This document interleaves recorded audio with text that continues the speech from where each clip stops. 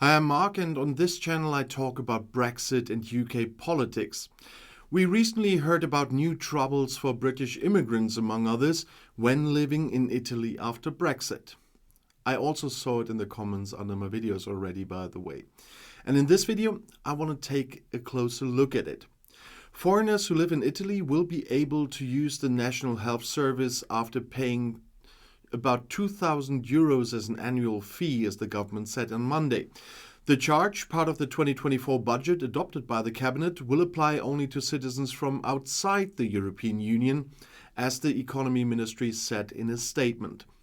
The ministry said there would be an unspecified discount for those with legal residency papers, as well as for foreign students and au pairs. It was not immediately clear how far the reform would change the current system, which already foresees payments for at least some categories of foreigners. Giordana Pallone of the Sigil Trade Union told the Kronos news agency the reform risked failing foul of the Italian constitution, which guarantees free medical care for the poor. We'll now have to wait to see how the law is written because, as it is reported today, it has no value or basis compared to the system and regulations that we have, she said. Foreign workers, job seekers, asylum seekers, and unaccompanied minors currently have access to free health care like Italian nationals. Other foreigners with legal residency, such as diplomats and students, can join the Italian health service voluntarily for a variable fee. For students, for example, the charge is capped around $150 per year, while for others it depends on their annual income and can go up to more than €2,800 or something. Last month, Italy's right-wing government sparked controversy by decreeing that migrants would have to pay more than about €5,000 to avoid detention while their request for protection was being processed. The charge announced on Monday as part of the Italian government's 2024 budget was denounced, as I said earlier, as potentially unconstitutional by trade unionists, opposition politicians, and doctors' associations. The Italian constitution, as I said, guarantees free medical care for the poor. In a statement, the Italian health ministry clarified that the government simply updated fees that already apply for specific categories of non-European Union citizens who want to subscribe to the National Health Service. Diplomats and students are among those categories, as I said, and under the current system they can voluntarily join, but they have very different fees to pay here.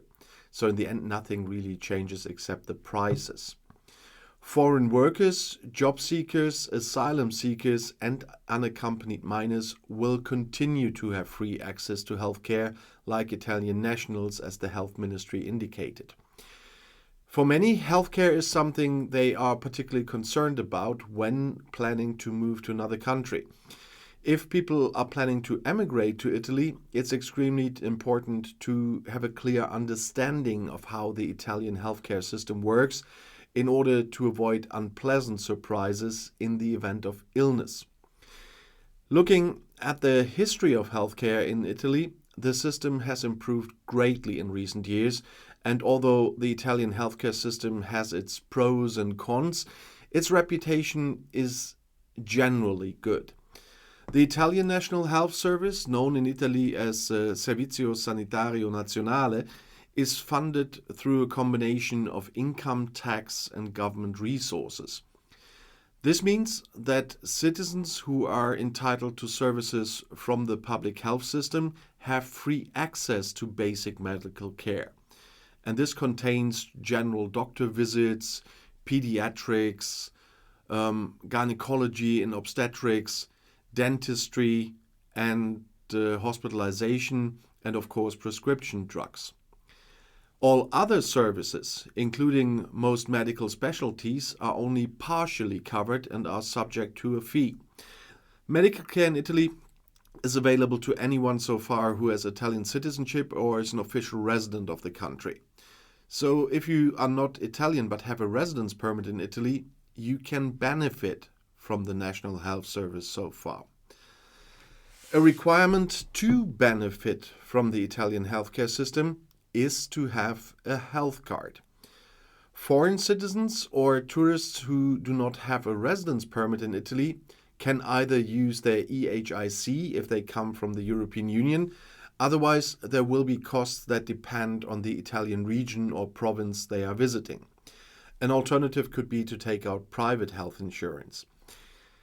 To register for public health care in Italy and receive this health insurance card, people need a series of documents. That's an ID card or a passport. It's a permesso di soggiorno, that's the residence permit in Italy.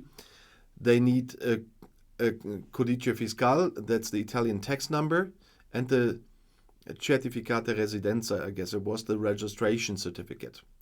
Once you have all the necessary documents, you must contact the Azienda Sanitaria Locale or the relevant health authority in the local area to register. Once registration is completed, you will get your tessera sanitaria, that's the Italian health insurance card. This card must be presented whenever someone needs medical care in Italy, including doctor's appointments, emergency, hospital, and so on. As mentioned, another option for foreigners in Italy is to take out private health insurance.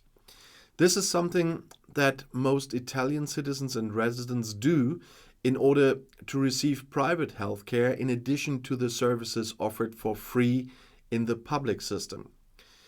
While SSN generally has a good reputation in Italy, private healthcare is often preferred due to long waiting lists in the public system. The price for private health insurance in Italy starts at around 70 euros per month, depending on which level of coverage the people choose in their policy. But of course, Brexit has not made it easier for British immigrants in Italy overall. This healthcare thing is the same. The prices are just changing. But Brexit had a significant impact on British immigrants living in Italy before the UK's withdrawal from the European Union. While their rights to remain in Italy were protected under the withdrawal agreement, they indeed faced new administrative requirements and experienced a shift in their status and sometimes in their sense of belonging. British citizens who were legally residing in Italy before January 1st, 2021 retained their right to live, work and study in Italy under the withdrawal agreement. They were required to apply for a new residence document, though, known as the Carta di Soggiorno or Carta di Soggiorno Permanente, to formalize their status under the withdrawal agreement. British citizens residing in Italy faced increased administrative burdens following Brexit by this, I know. And they were required to obtain new residence documents, that the ones I mentioned, and faced additional paperwork for various transactions such as opening bank accounts or registering for healthcare. British citizens residing in Italy faced these increased administrative burdens following Brexit, primarily related to obtaining those new residence documents and navigating additional paperwork for various stuff. British citizens who were legally residing in Italy before January 1st, 2021 were indeed required to apply for those new residence documents. And I love the Italian names, the Carta di Soggiorno, Carta di Soggiorno Permanente, to formalize their status. And that's why I repeated that. This process involved gathering various documents, including proof of identity, proof of residence, and proof of income, and submitting them to the local immigration office. British citizens also faced additional paperwork for those transactions, as I said, with not only bank accounts and healthcare, but often also in the case of purchasing property. And these transactions often required additional documentation to prove their residency status or their right to work or study in Italy. And there are those examples, and they will not go less, but people who were legally, and I say legally living in Italy before Brexit, might have gone through this, let's say, a little bit easier. But there were also issues like registering with the Italian National Health Service, as I said, but also enrolling children in Italian schools or applying for residency permits for family members. And these additional administrative requirements added complexity and time to various processes that were previously more straightforward for British citizens when they were still EU citizens. British immigrants in Italy experienced a shift in their sense of belonging after Brexit in many cases, as we heard. They no longer enjoyed the same freedom of movement and residence rights as EU citizens, which led to feelings of uncertainty and insecurity. And some reported feeling less welcome and more visible as outsiders.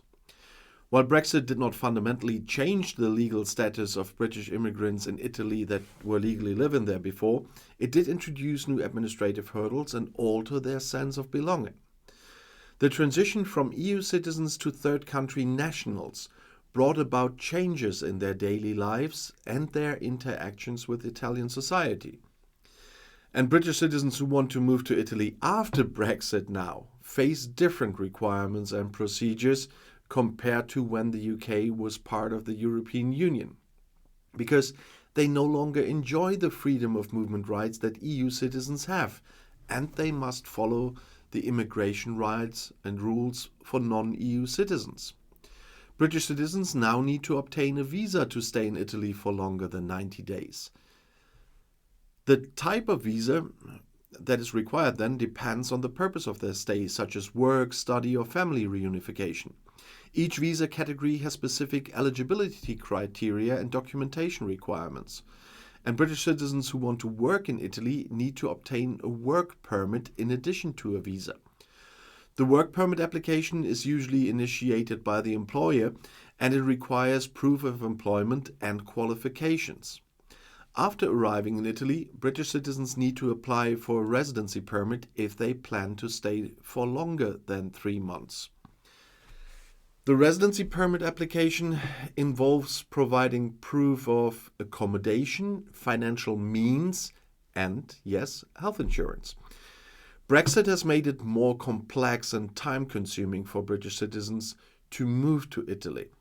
They do face stricter immigration rules, visa requirements, and work permit procedures. And the process is no longer as straightforward as it was when the UK was part of the EU. So Brexit makes the life of a lot of people far more difficult now. And if you want to know more, the next video is right here in the end screen. I'll see you there. I'll be back.